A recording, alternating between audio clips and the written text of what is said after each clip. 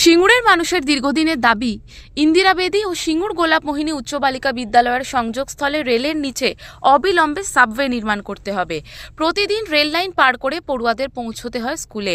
অসুস্থ ব্যক্তিদেরও হাসপাতালে নিয়ে যেতে কম ঝক্কি পোহাতে হয় না। রেল লাইন পার করতে গিয়ে ঘটে গেছে বহু দুর্ঘটনা, প্রাণ হারিয়েছেন অনেকে।